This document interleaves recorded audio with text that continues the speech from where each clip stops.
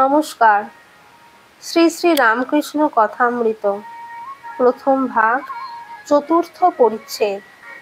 বেদ ও তন্ত্রের সমন্বয়, আদ্যাশক্তির ঐশ্বর্য। এদিকে আগ্নেয়পথ কলিকাতার অভিমুখে চলিতেছে।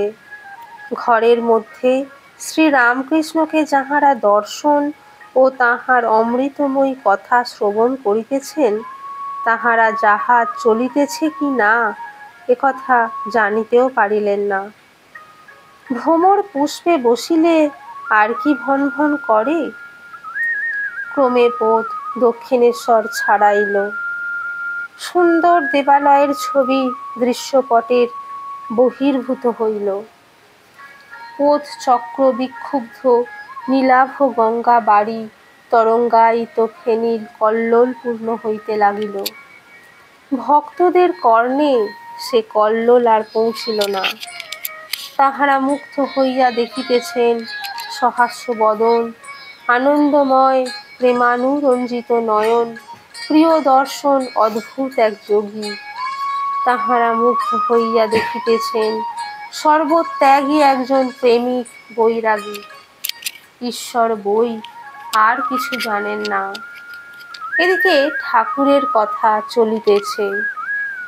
শ্রীরামকৃষ্ণ: বেদান্তবাদী ব্রহ্মজ্ঞানীরা বলে, সৃষ্টি স্থিতি প্রলয় জীব জগৎ এসব শক্তির খেলা।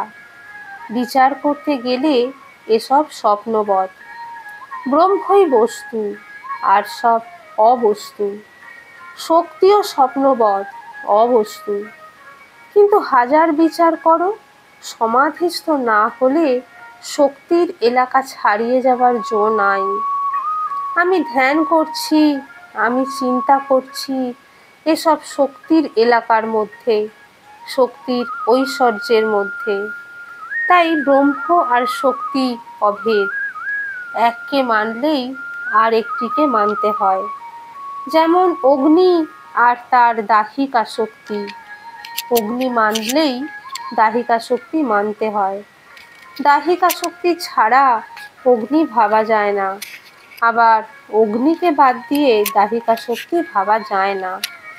সূর্যকে বাদ দিয়ে সূর্যের রশ্মি ভাবা যায় না, সূর্যের রশ্মিকে ছেড়ে সূর্যকে ভাবা যায় না। দুধ কেমন? না ধোবো ধোবো। দুধকে ছেড়ে দুধের ধবলত্ব ভাবা যায় না, আবার দুধের ধবলত্ব ছেড়ে দুধকে ভাবা যায় না। তাই ব্রহ্মকে ছেড়ে শক্তিকে, শক্তিকে ছেড়ে ব্রহ্মকে ভাবা যায় না। নিত্যকে ছেড়ে লীলা, লীলাকে ছেড়ে নিত্য ভাবা যায় না। আদ্যাশক্তি লীলাময়ী, সৃষ্টি স্থিতি প্রলয় করছেন। তাঁরই নাম কালী। কালী ব্রহ্ম, ব্রহ্মই কালী, একই বস্তু। যখন তিনি নিষ্ক্রিয়, সৃষ্টি স্থিতি প্রলয় কোনো কাজ করছেন না, এই কথা যখন ভাবি তখন তাকে ব্রহ্ম বলে কই। যখন তিনি এই সব কার্য করছেন তখন তাকে কালী বলি, শক্তি বলি। একই ব্যক্তি, নাম রূপ ভেদ। যেমন জল, ওয়াটার, পানি। এক পুকুরে ৩-৪ ঘাট। এক ঘাটে হিন্দুরা জল খায়, তারা বলে জল। এক ঘাটে মুসলমানেরা জল খায়, তারা বলে পানি। আর এক ঘাটে ইংরেজরা জল খায়, তারা বলে ওয়াটার। তিনিই এক, কেবল নামে তফাৎ।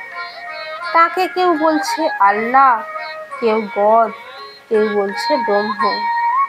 কেউ কালী, কেউ বলছে রাম, হরি, যিশু, দুর্গা। নমস্কার।